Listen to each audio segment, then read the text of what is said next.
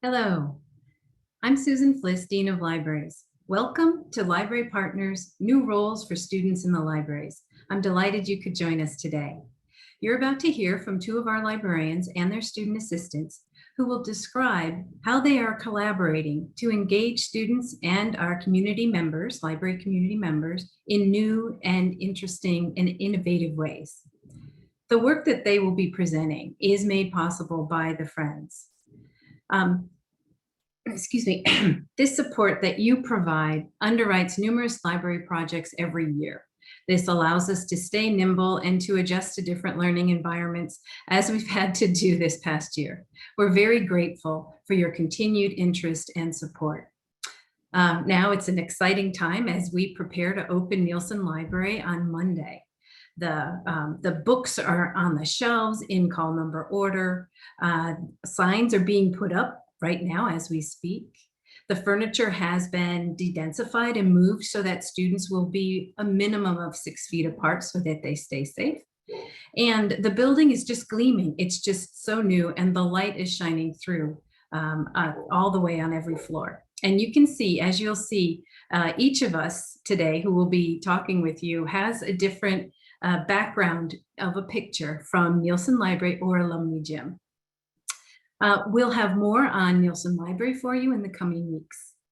Now I'd like to introduce Jean Ferguson, who is Director of the Learning Research and Technology Unit, and Jean will be moderating our conversation.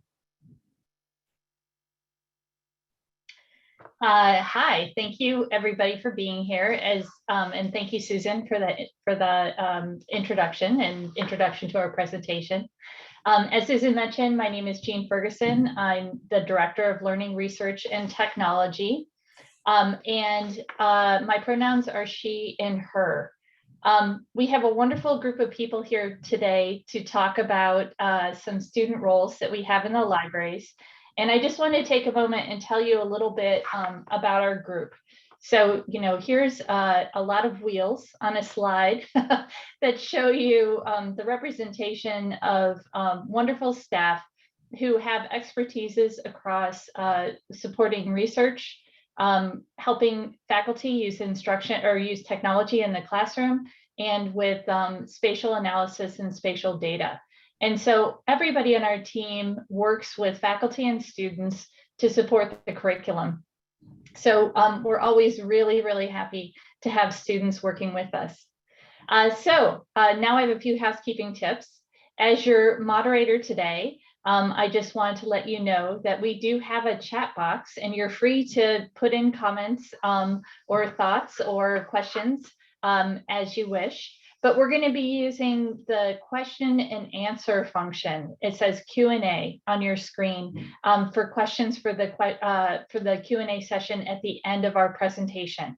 So we will do our best to try to answer questions in the chat, but if you put it in the Q&A, we will definitely answer it at the end of the session. Now I'm going to turn it over to Sita. Thank you, Jean. These are the people that you'll be meeting: myself, Elena, economist, Kat Hanula, and Shira Zaid. Next slide. So I'm the user experience librarian and I use she, her pronouns. I've been at Smith for quite a while, and over the last 30 or so years, I've truly enjoyed working with 1, 2, or 3 student assistants at a time. Their roles have changed quite a bit. During the pandemic, I feel lucky to have a digitally remote, but very active connection with Elena, economist.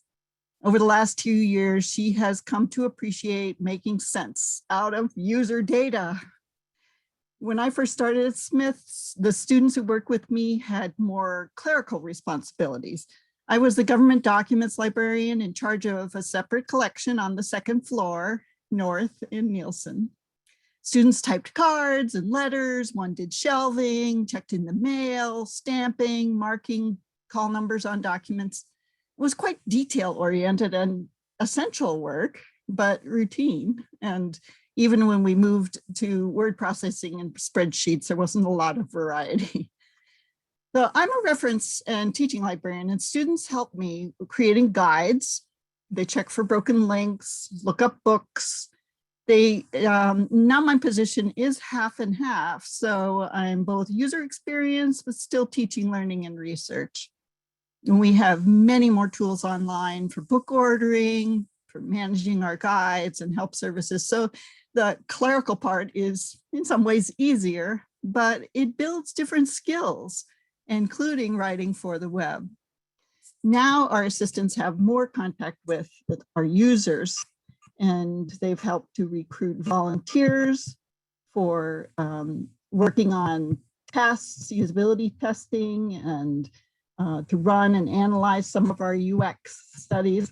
Elena took over from the first user experience assistant who had learned about ethnography in an anthropology class.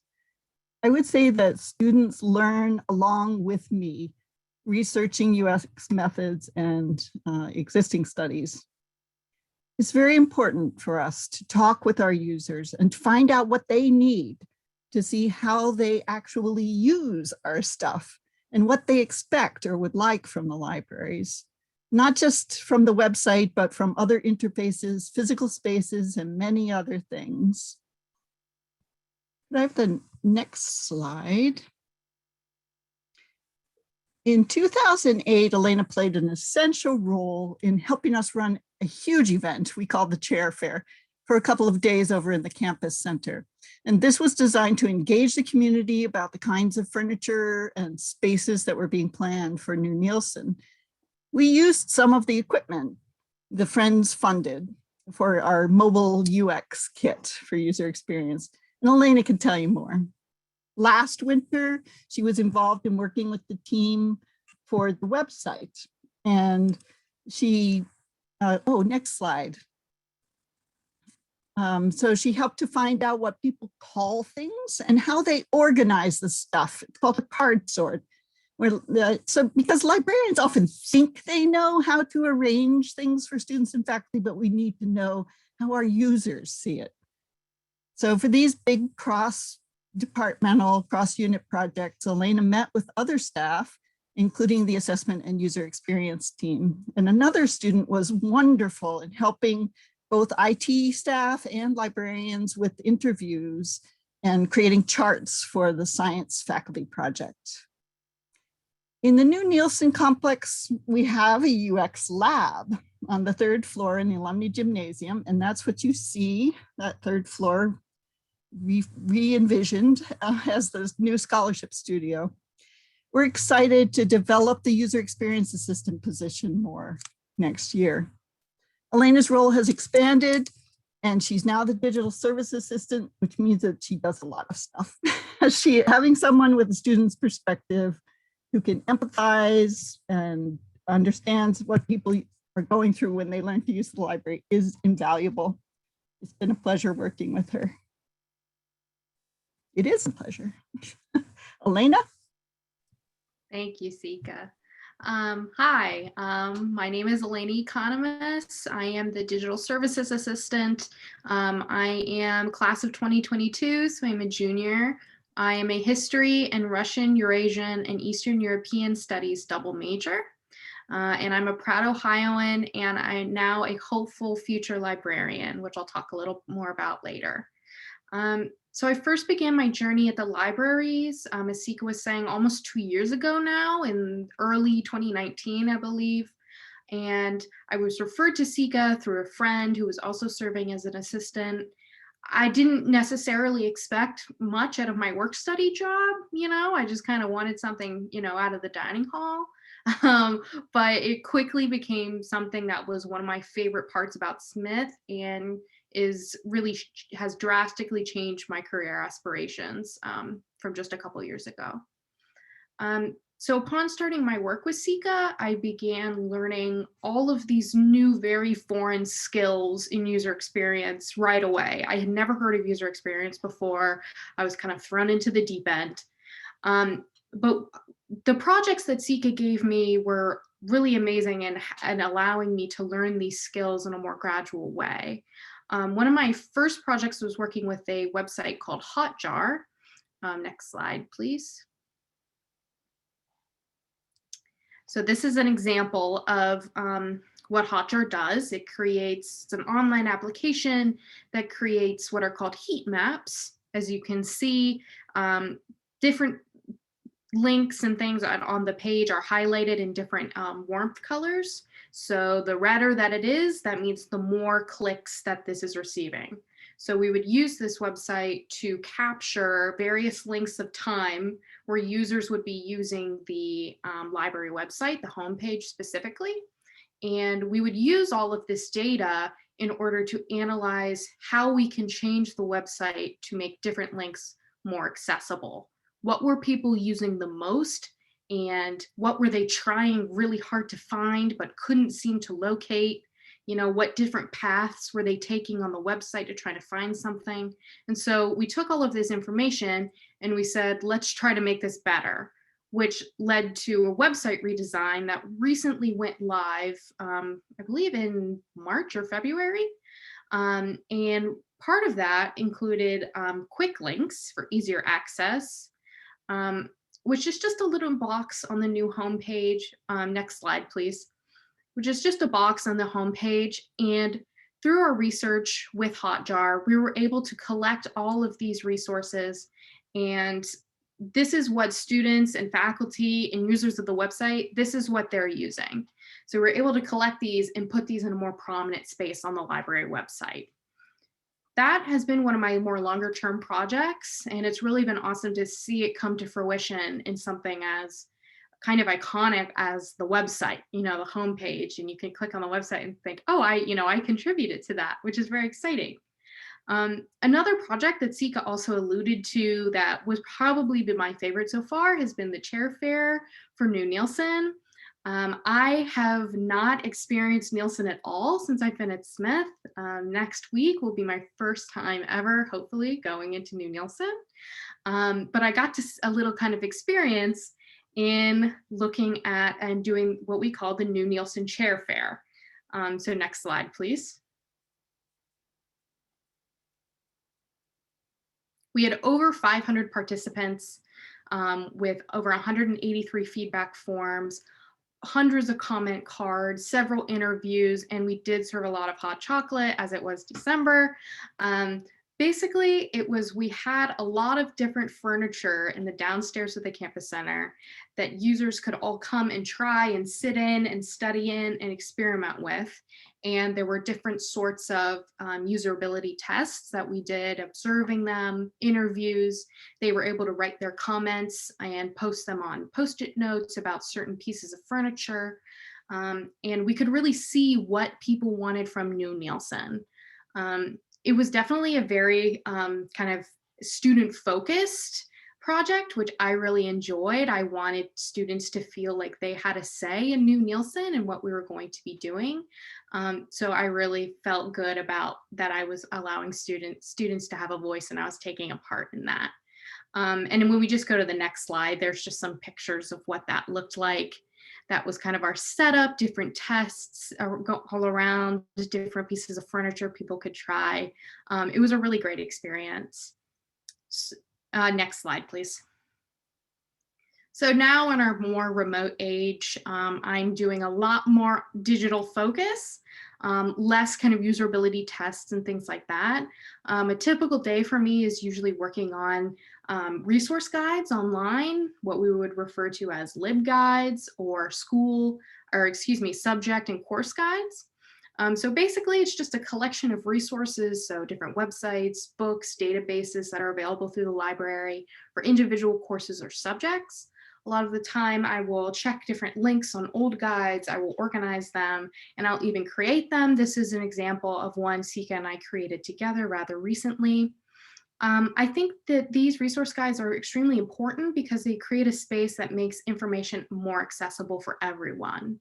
And all of these guides are usually still, a lot of them, even after the class ends, they're still available for students so that they can access all of these older guides but perhaps these are information that they need, and it's a better way to organize what they need. I think now we are going to transition to Kat, and they're going to talk a little bit more about first year's experience and engagement. Thank you. Hello, everyone. My name is Kat Hanula, and I'm the first year's Experience and Engagement Librarian.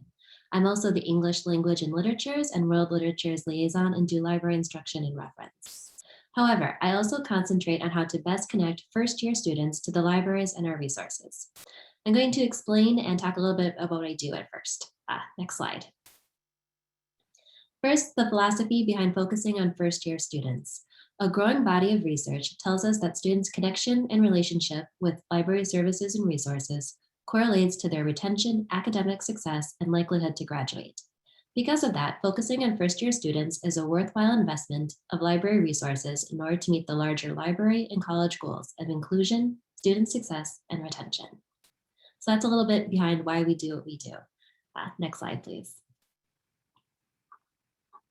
An important way I focus on first-year students is by designing and implementing a library orientation program. You only get to make a first impression once, and I want to make sure that it is a welcoming one for our students. Now, typically, we do an in-person program. For obvious reasons, we could not do that this year. But as the year progressed and new safety protocols were put into place, we found our program evolving from an in-person one to a hybrid one to a virtual one. Next slide, please. This was our fall 2020 Libraries Orientation Program. I want to say that this is a huge collaborative effort. We have a libraries first year team that I lead of library staffers, and that Shira, who you will meet, is also on. And we collaborate closely with campus partners. For example, we worked with the first year class dean on the research skills quiz and with the student academic advisors orientation, with the Office of Multicultural Affairs and a library session for the Bridge Orientation program. We did an event with the Ada Comstock Scholars. We are also so grateful to Forbes Library, the incredible public library across the street, who made a special sign up for Forbes Library cards just for Smith students. And we also had a wonderful program with Dr. Theanne Griffith, class of 2008, and a friend of the libraries who was a speaker for our first year students. I also want to give a quick heads up that I think a profile of her is actually coming out soon in the Smith Alumni Quarterly, so be on the lookout for that. So that was our program. It's very interesting to think about how different it can be to plan a virtual orientation versus an in-person one. It made me think a lot about how does one welcome students virtually? How can we build a relationship with our students online? And how can we reach out to them about our resources? And that is how Shira ties into this. I'm really excited to introduce you all to Shira, the library's outreach assistant.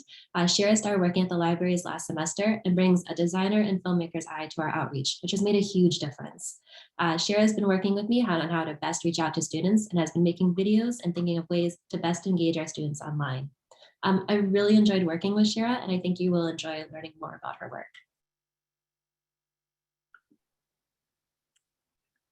Thank you so much, Kat. Hello, my name is Shira Zaid. I'm an outreach assistant here at the libraries, and I've worked with Kat as well as many of the other librarians. I'm a sophomore class of 2023, and I began working with the libraries back in September. So I've actually been working with the team entirely remotely, which has been interesting. I'm an art history and film double major, so I'm always thinking creatively in terms of visual aesthetics and graphic design. In my studies at Smith particularly, I have an interest in information security and media ethics, and I'm always sort of thinking about how are we creating and cultivating digital communities, and how do we connect with other people online through our devices and all these different sort of technological things in this world around us now. I'm always thinking about what is the human element and how do we find one another in those details. Beyond technology, I have a passion for the libraries, for reading and for poetry. Before working with the library team here at Smith, I spent a lot of time working at Forbes Library. So I had an understanding of learning a lot about like how libraries are organized and how information is organized, which was very, very eye-opening. I also just love spending a lot of time in the libraries. It's some of my favorite spaces, both on campus and just in the world. I think there's something really beautiful about being surrounded by rooms full of ideas and books. So in my work with the libraries, I have focused on graphic design and video production, research and student engagement. And I've thought a lot about how to best connect with students in a digital atmosphere. Next slide, please. So I've mainly focused on online accessibility and ensuring that Smith College's library services are easily accessible to all students learning in a remote environment. So I've created a variety of how-to videos particularly about Zotero, which is a citation creation tool. And citations, as you may remember from your time as a student, gets a little bit tricky. There's so many different ways to create them, and it's just helpful to have a tool to create that for us. So I've kind of created a how-to manual to use that tool. I worked with Elena to create a short video helping students navigate the new website and kind of figuring out where things are. And I've also created a how to research with Smith College Libraries, which you'll see momentarily. So trying to think about like, how do we make our first introduction with students who, for some of them, their first experience with Smith is now in a digital way. So how do we create this exciting and engaging environment that we all love in person? How does that translate into a digital way online? So I've been thinking about colorful animation and creating a friendly, welcoming atmosphere through videos and text and graphics. In the future, I'm going to be working on a Meet Your Librarians video series, which will sort of introduce and highlight different librarians in our community. And then I'm also going to be recreating the orientation skill quiz, which all students take at the beginning of their first semester. And it's right now a little bit outdated, very, very functional, and it helps kind of walk you through like how the library is structured and what information is relevant and how to navigate it. But I'm going to give it a little bit of a more contemporary feel and create a video series that's very engaging, and so that students have a really welcoming first approach with the library. Next slide, please. And so we'll watch some of this video that I created that's sort of how to research with Smith College Libraries, sort of going over some of the basic ideas of research, some of the tools and services that Smith students have access to while they're a student here. And it has been viewed many, many times, and it's sort of been a helpful resource for students to have access to, and I think has also been used in some presentations with librarians to students, both in the orientation programming that Kat described earlier, and will hopefully be a really helpful resource for students in the future as well. Thanks.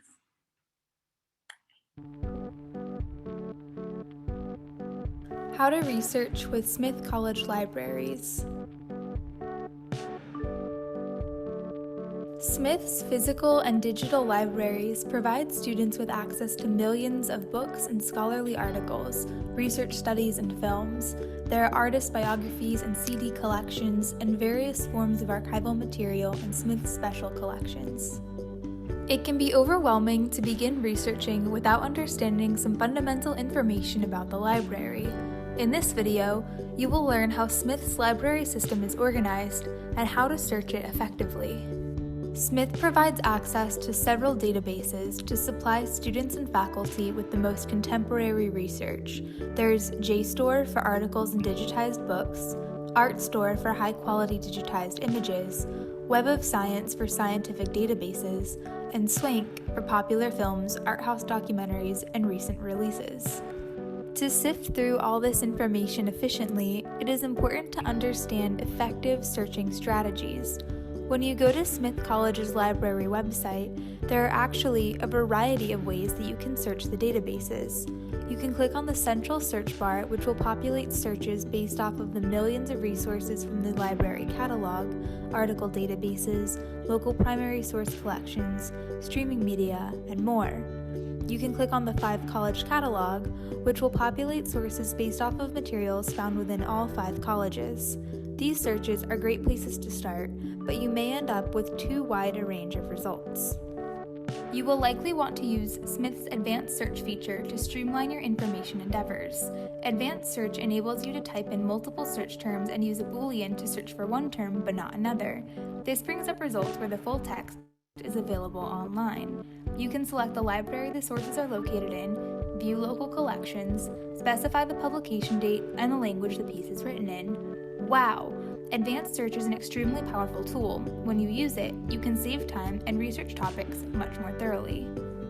Always be sure to use specific search terms. The search tool is looking to match the term you typed with the keyword assigned to the documents in the database.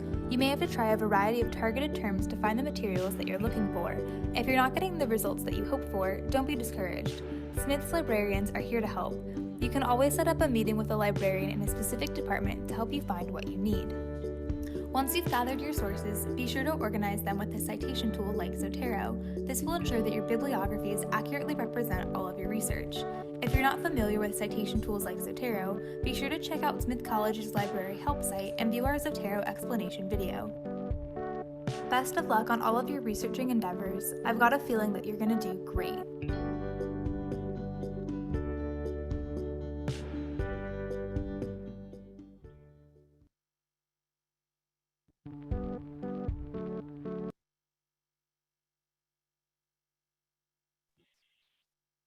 All right, that was awesome. Thank you to everybody for telling us about your student positions, and thank you, Shira, for that great video. That's really fantastic. We're going to do Q&A now, so if you have questions, please use the Q&A button that's on your screen to enter questions. And I also just want to mention that we have so many wonderful student employees that are working in the libraries. Starting in, I want to mention one in particular, starting this spring, we're also going to have a library peer mentor named Basira Dakik, class of 21, who's going to be available via Zoom 3 evenings per week for students to drop in and ask one-on-one research help. And her work is going to help us to understand how to create a peer mentor program in the Learning Commons in Nielsen Library for student-to-student research support. And our hope is that we can do that in the evenings in Nielsen Library. So we have a question in the Q&A. I'm going to direct it to Susan, but I think there's other people who might have some input as well. Somebody asked, what furniture did we end up picking and which pieces were most popular? Okay, I'll talk a little bit about which pieces we picked, and perhaps Sika, you could talk about which ones were most popular. What we did with the information that we got from this incredible chair fair is we gave it to the furniture designers or furniture selectors. We told them which ones the students liked. We told them not only the chairs, but the tables, which tables they liked and didn't like. And they actually went through all of the furniture and picked the furniture that they thought was going to last the longest time and that met the needs and the desires of the students. We also looked at making sure that the furniture that we picked and put in the different rooms was accessible to a variety of people. Some are short, some are shorter to the ground, some are higher to the ground. Some have arms, some do not have arms. Some have wheels on the chairs, some do not have wheels on the chairs. And we're making sure that in the larger study areas and in the classrooms, that there's a variety of this seating. And it's just one of the ways that we made sure that this building is as accessible as it can be. And Sika, do you have some examples, or can you talk about which ones were the favorites? Sure. By far, the most favorite chair is featured in lots of areas of the library. It's a soft seating chair that's tall and has wings, so you feel a little bit private sitting in it. That was really the favorite of the entire show. And we knew it was going to be in the library, but it was great for people to see it. There were a couple of chairs for sitting at a table that were preferred. We learned which were definitely not preferred. And, we did interviews with people of different sizes, and somebody who had an injury was on crutches. We talked to lots of people. I know one very petite student who will be so pleased to see those chairs back in the grand reading room in Nielsen. So please do type in any questions that you have in the Q&A. I want to ask our panelists a question. So I'll just start with Kat. Kat, can you just tell us how it's been beneficial having a student help you out? I think especially with Shira, I think Shira just brings such a great eye to everything. A lot of times as you know, Shira was pointing out, it's going to be very different about how you're going to form a relationship with somebody online. And for the libraries to truly connect with students, how do we do that? And so what's really great is having Shira to bounce ideas off of, and Shira will come up with like great ideas that we can use to best do that. I'm really excited for the future projects they described earlier. And I think that because of the student perspective, because of the filmmaking background, I think Shira is making things that are really going to connect to our students. And Sika, you've had students for a number of years working for you. How do you find it beneficial to have students working for you? Well, having two distinctly different parts of my job is a lot. And so I have to say that always having a student assistant, except for last spring when we shut down, has been just incredibly valuable to me to help me get my work done and to spend more of my time on planning and, you know, a little bit more sophisticated work, I would say, and working with other staff. But I feel very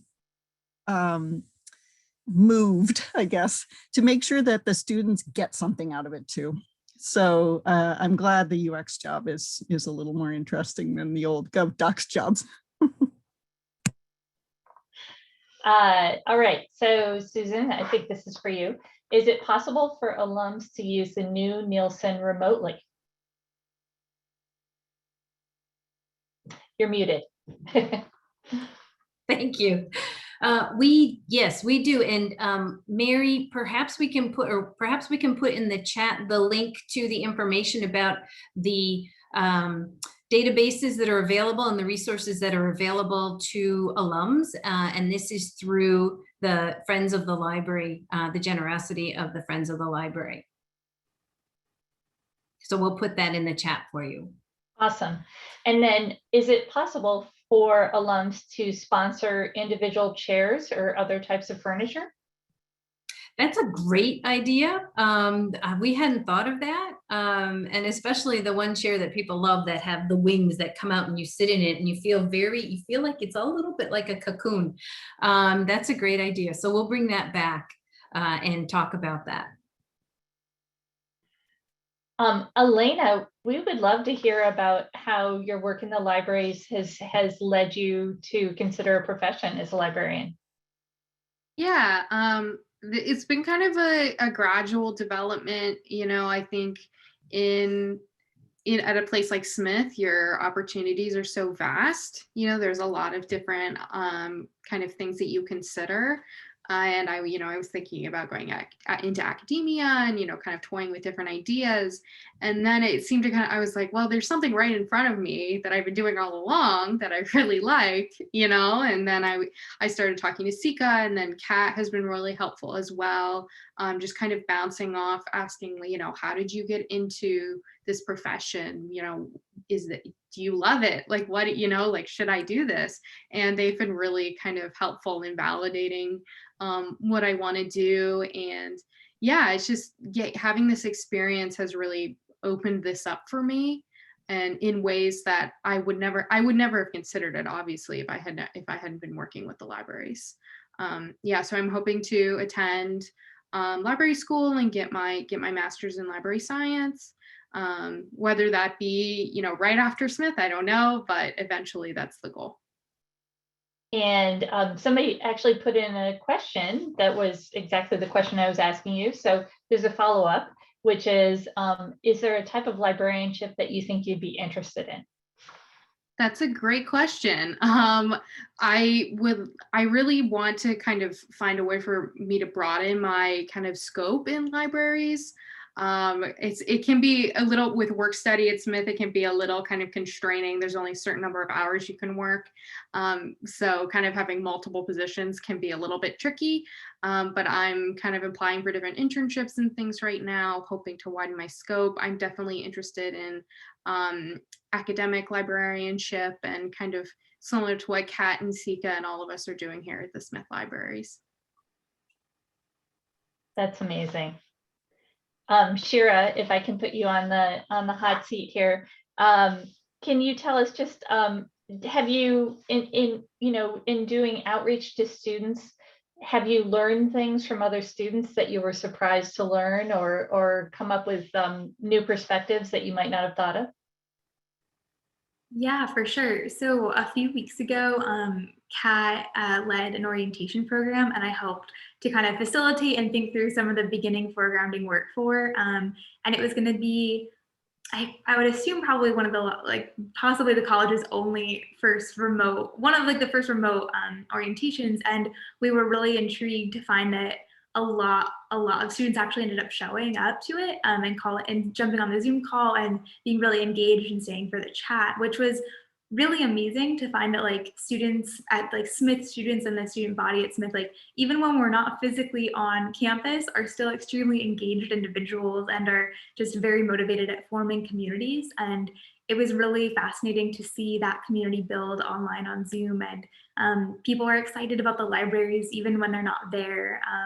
I think that there's, like, something very important about, like, this idea and this space of books and knowledge and information that's, like, very inspiring, that we all look forward to spending time in. And in this year when students maybe haven't been able to be in those places, I think that they're eager to experience them in any way that they can, especially in a digital realm with photos of them and librarians who work in those spaces.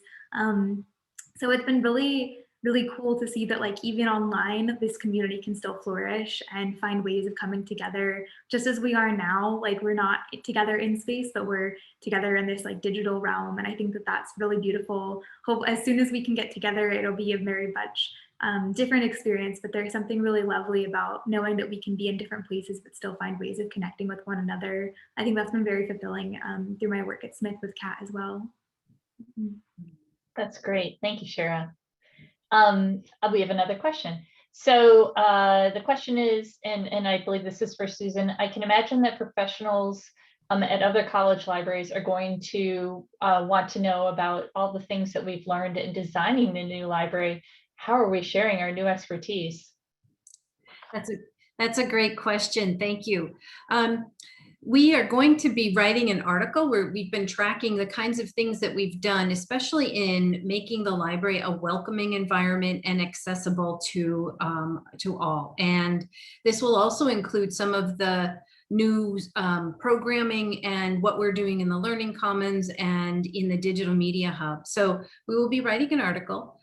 We are getting we're getting many requests from the media for additional images and interviews. So that's another way. There is a conference, and I hope it starts back up again after COVID, but there's a conference called Designing Libraries, and we would love to present there. And on our website, we've been tracking so much of what we've been doing. So what we need to do is take a breath after the library opens and finish putting up. We have a lot more information that we can put up on the website, on the library's website too, that will help. But I also want to ask Sika if there are other ways that she and her colleagues may have been sharing the work that we've been doing, say, around the UX work as well.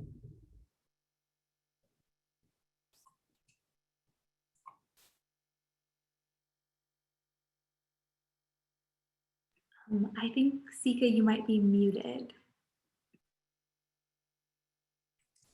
I tried that spacebar method and I guess it didn't work. We have a 5-college user experience repository, which features things at all 5 of the colleges. It's part of an effort from 5-college committee that I chair. So we'll be posting things there about specific UX studies.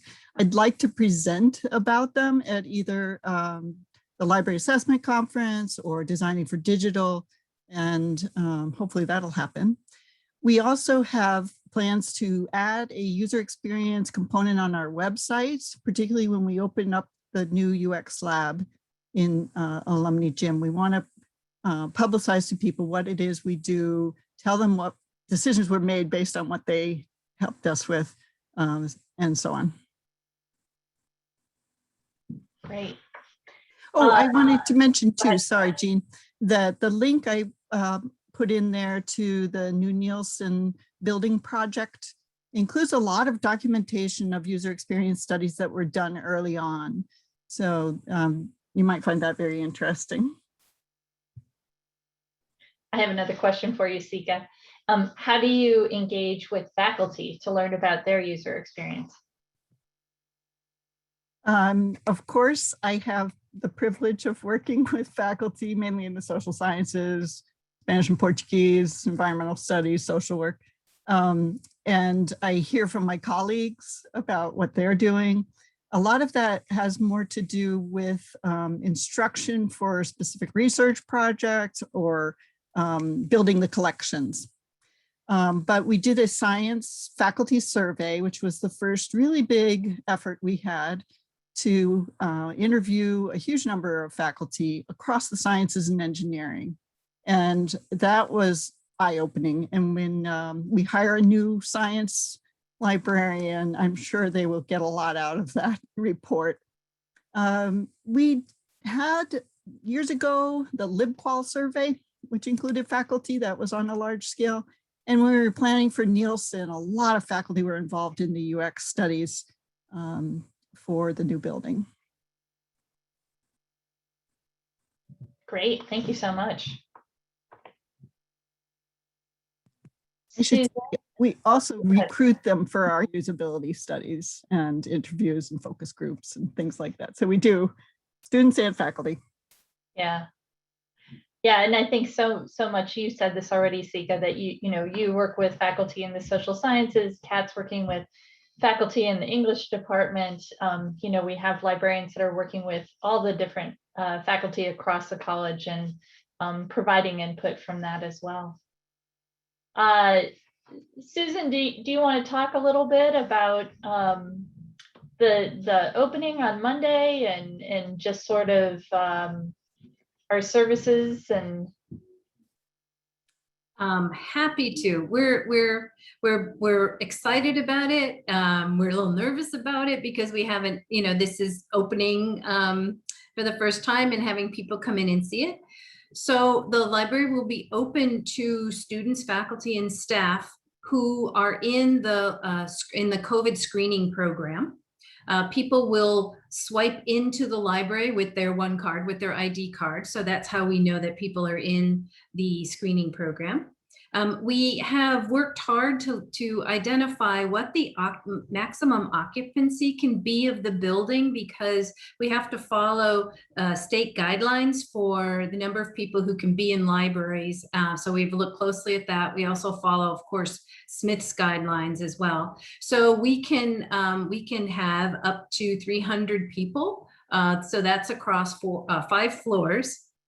And we have, as I said, we've moved the furniture around, and we've removed some furniture as well, so that people will be able to sit safely, minimum 6 feet apart, and be able to walk around the rooms as well.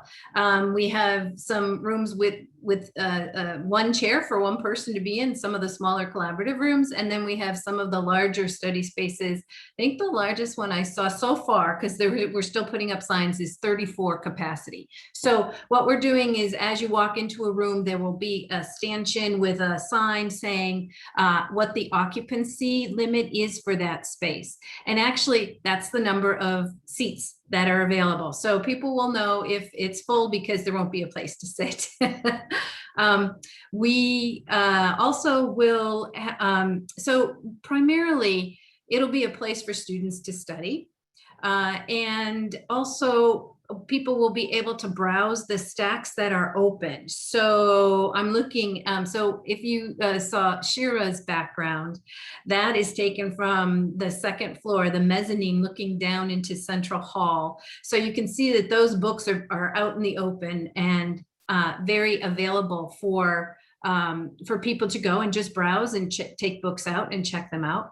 Checkout will be through these kiosks that are touchless. You don't have to touch it. How we do that, it's a new technology that we've purchased for the library. We were going to do it anyway, so this is working well. And then we also are going to bring up an app where you'll be able to check out books on your phone as well. For the books that are not available, that are the other books are in compact shelving on the lower level. That section is closed, and anyone can request that they can request through the library catalog that we page those books for them, and then they can check them out. So people who are on campus can come in and pick up the books where we hold them for them at the central service point, and they check them out, or we can check them out for them. For people who are not able to come to campus, we are mailing books to their addresses. So we are mailing them, and we are paying to have the books mailed back. So we're doing that for students as well. Students and faculty primarily. Those have been the people who have been requesting that we mail things to them. So that is not at a cost to them. Let's see, what else? Those are the main functions, and we just can't wait to see. And I can't wait to find out too with Elena and Shira, which spot you find is going to be your favorite in Nielsen. So more to come in the next weeks. Exactly. Yeah. So I think this is a good way to end. Shira, can you tell me anything particular that you're excited about once the library opens? I am just excited to be back with students and in a space filled with really beautiful books. I think Sika dropped it in the chat. There's a really gorgeous video of all the footage of like a camera flying through the library, and I'm just truly mesmerized by it. It looks delightful. I think that all the user experience and design thinking went excellently in thinking through like these just lovely spaces filled with light and wood and window and sunlight. And I'm just really excited to spend time in the libraries. I think it's just a truly beautiful, wondrous space. And I'm just extremely grateful that I get to eventually spend some of my time at Smith inside of it. Super excited. That's awesome. And Elena, what are you looking forward to? I think I'm looking forward most to using special collections. Of course, they've been available for the previous years, but I think they're going to be available in a whole new way. I'm prepping for my honors thesis, which will be heavily using archives next year. So I'm excited to spend all those late nights in some of these beautiful spaces that you see behind us. Fantastic. So I want to thank all of our presenters.